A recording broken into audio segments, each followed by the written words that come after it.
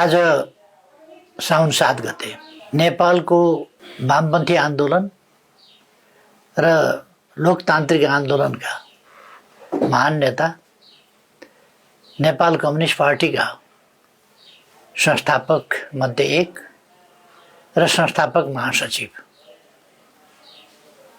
पुष्पलालको 48औं स्मृति दिवस। त्यस घडीमा म उहाँप्रति सिंगै पार्टीको तर्फबाट भावपूर्ण श्रद्धाञ्जली अर्पण गर्न चाहन्छु। त्यसै गरी हिजो 6 गते नेपालको लोकतान्त्रिक आन्दोलनका एउटा महान हस्ती बीपी कोइराला अर्थात् विश्वेश्वर प्रसाद कोइरालाको स्मृति दिवस। म बहुआयामिक व्यक्तित्वका धनी नेपाली राजनीतिका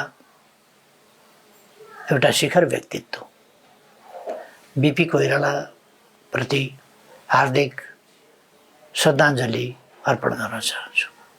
उहाँहरू दुवैजनाको आफ्नो ठाउँमा नेपालको राजनीतिक र सामाजिक परिवर्तनमा असाधारण योगदान रहेको स्मरण गर्दै उहाँहरूको योगदानको सम्मान गर्दै उहाँहरूका योगदानहरूबाट असल कार्यहरूबाट सिक्दै अगाडि बढ्ने प्रण पनि गर्न चाहन्छु। पुष्पलाल श्रेष्ठ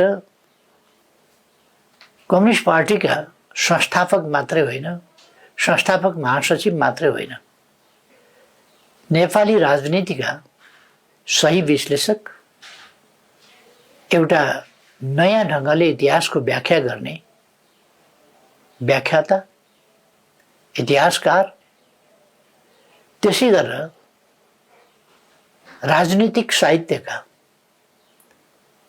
प्रखर विश्लेषक र आफ्ना विचारहरूलाई सही निष्कर्षमा पुर्याउन सक्ने एउटा असाधारण चिन्तक।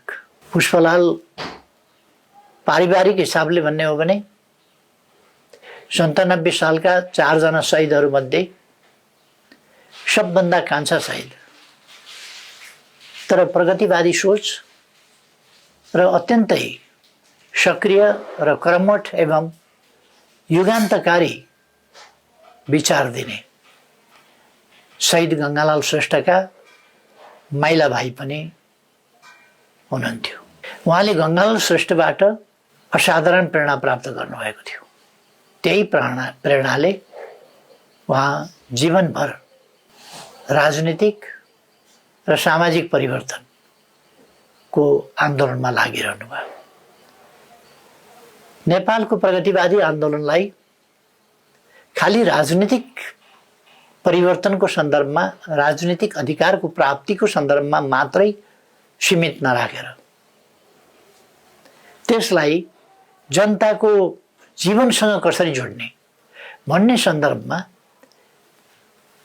आफ्नो समयमा सबभन्दा बढी व्याख्या गर्ने, सही व्याख्या गर्ने र सर्वसाधारण जनतासँग, मजदुर किसानका हक अधिकारका प्रश्नमा, उनीहरूका समस्या पहिचान गर्ने कुरामा र ती समस्या समाधान गर्ने कुरामा आफूलाई केन्द्रित गरेर यति धेरै चिन्तन, मनन र निष्कर्षहरू निकालेर मार्गदर्शन गर्ने त्यस समयमा अर्को उहाँको बराबरको चिन्तक देखिँदैन। राणा शासन विरोधी सङ्घर्षमा पनि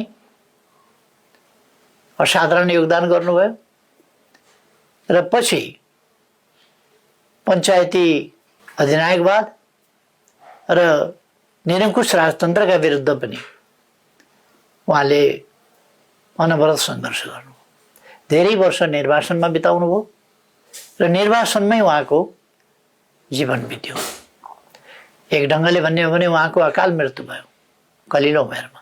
उहाँको शवलाई पनि काठमाडौँ ल्याउन दिइएन। त्यति साह्रो निर्मम थियो त्यति बेलाको व्यवस्था, जहाँ उहाँहरूले भोकै प्यासै लड्नु परेको थियो। पञ्चायती तानाशाही र राजाको निरङ्कुशतालाई समाप्त पार्नका लागि निरङ्कुशता र अधिनायकवाद विरोधीको लडाईँ लोकतान्त्रिक र प्रगतिवादी शक्ति मिलेर लड्नुपर्छ, देशलाई अधिनायकवादको जकडबाट मुक्त गर्नुपर्छ भन्ने उहाँको नीति थियो। तर एक हातले ताली बज्दैनथ्यो। उहाँको नीति स्वीकार्न सकिएन, स्वीकारेनन् अरूले र कार्यान्वयन गर्न सकिएन। पछि 46 सालमा नेकपा एमाले फेरि त्यो नीति अख्तियार गर्यो। त्यति बेला माले भनिएको थियो पार्टीको नाम, नेकपा माले। त्यसले त्यो नीति अख्तियार गर्यो र त्यस नीतिलाई गणेशमान सिंह लगायतका तत्कालीन कांग्रेसका नेतृत्वले स्वीकारेर सहकार्य गर्दा नेपालमा राजनीतिक परिवर्तन सम्भव भयो र लोकतन्त्रको पुनर्बहाली भयो। पुष्पलालका थुप्रै नीतिहरू अहिले पनि सान्दर्भिक छन्, अहिले पनि ताजा छन्, अहिले पनि पुष्पलालका विचारहरूले बाटो देखाइरहेका छन्। त्यसपछिका समयमा, उहाँको समयपछि जननेता मदन भण्डारीको अगुवाईमा जनताको बहुदलीय जनवाद जस्तो समय सान्दर्भिक, सामयिक र सही विचारहरू नेकपा मालेले अगाडि सार्यो, जो पछि एमाले बन्यो र उसले असाधारण प्रगति गर्दै गयो। अहिले आन्दोलनले अलिकति धक्का खाएको छ, तर पनि यो आन्दोलन फेरि अगाडि बढ्न उठ्नका लागि उहाँहरू जस्ता अग्रजका दीर्घकालीन सोच, दूरदृष्टि, दृढता जस्ता कुराहरूले आन्दोलनलाई प्रेरणा दिइरहेका छन् र त्यसै प्रेरणाबाट र अन्य शहीदहरूको बलिदानबाट, थुप्रैको त्याग, दुःख, कष्टबाट बनेको यो आन्दोलन फेरि उठ्नेछ, अगाडि बढ्नेछ।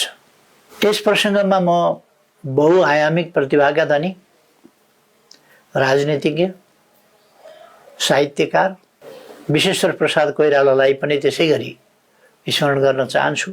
उहाँबाट भएको असाधारण योगदान, नेपाली समाजको राजनीतिक परिवर्तनको सन्दर्भमा उहाँको योगदान र उहाँले गरेको सङ्घर्ष, यी कुराहरूको पनि प्रशंसा गर्न चाहन्छु। पुष्पलाल बीपी कोइरालाहरूको निर्वासन, बीपी कोइरालाको जेल जीवन, यी कुराहरूले हामीलाई सधैँ प्रेरणा दिइरहनेछ। यस घडीमा म उहाँहरू दुवैप्रति भावपूर्ण श्रद्धाञ्जली अर्पण गर्न चाहन्छु।